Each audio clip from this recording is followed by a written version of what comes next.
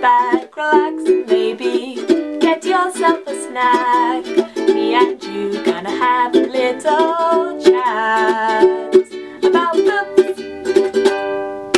Hi guys! So I am here today to do a book haul because I've recently picked up quite a few books and I would like to show them to you guys. So let's just dive straight on in.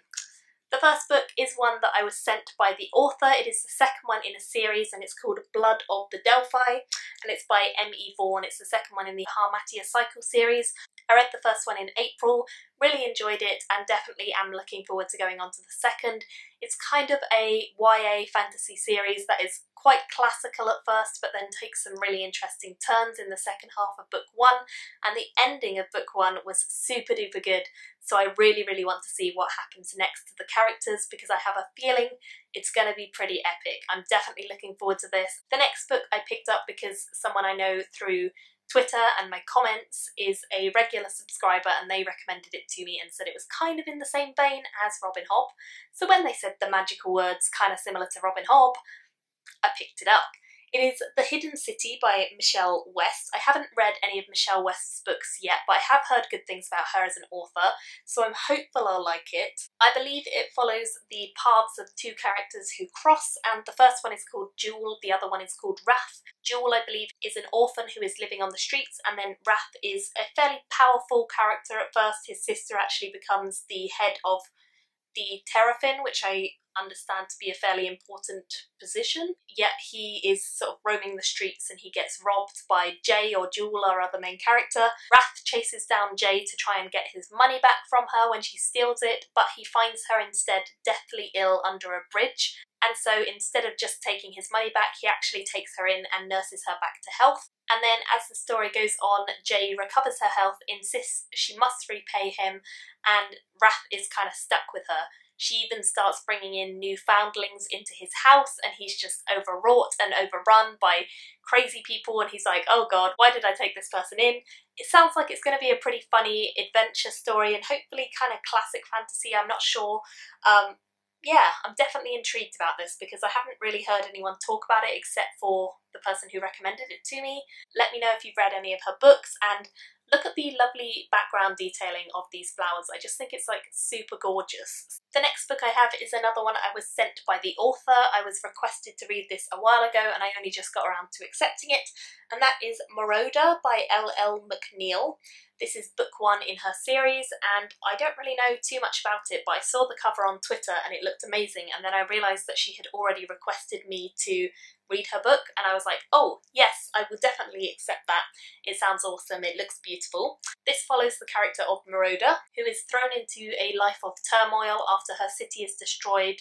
It talks about dragons, so possibly by dragons, and then she has to escape from her city on a sky pirate ship, which sounds awesome. Unfortunately, even though she escapes, she finds no release from the turmoil as there is an evil vigilante who has stolen the power of dragons and is spreading discord and growing his armies all over the place. And it's only a matter of time before Moroder herself has to submit to his will too, and so she has to learn all about herself and the world that she is in and the dragons that are taking over everything as quickly as she possibly can to try and resist. It sounds pretty good, I'm not gonna lie, so hopefully it will be a really fun read when I get to it. The next one is one I was requested from the publisher to review and it sounds definitely exciting. It is called New Voices of Fantasy, edited by Peter S. Beagle and Jacob Wiseman, and this is an uncorrected proof. It comes out in August of this year, so it's a way off still.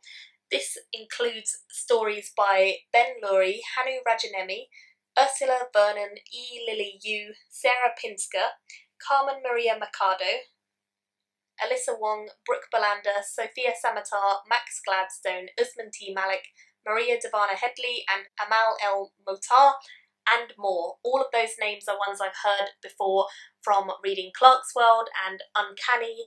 I think a lot of them do short stories and short fiction in science fiction and fantasy already, so it sounds really awesome that there's now this collection of all their fantasy works. I think it's going to be good fun. There are 19 different stories in the collection. The cover is absolutely gorgeous and creepy with this strange creature thing on the front.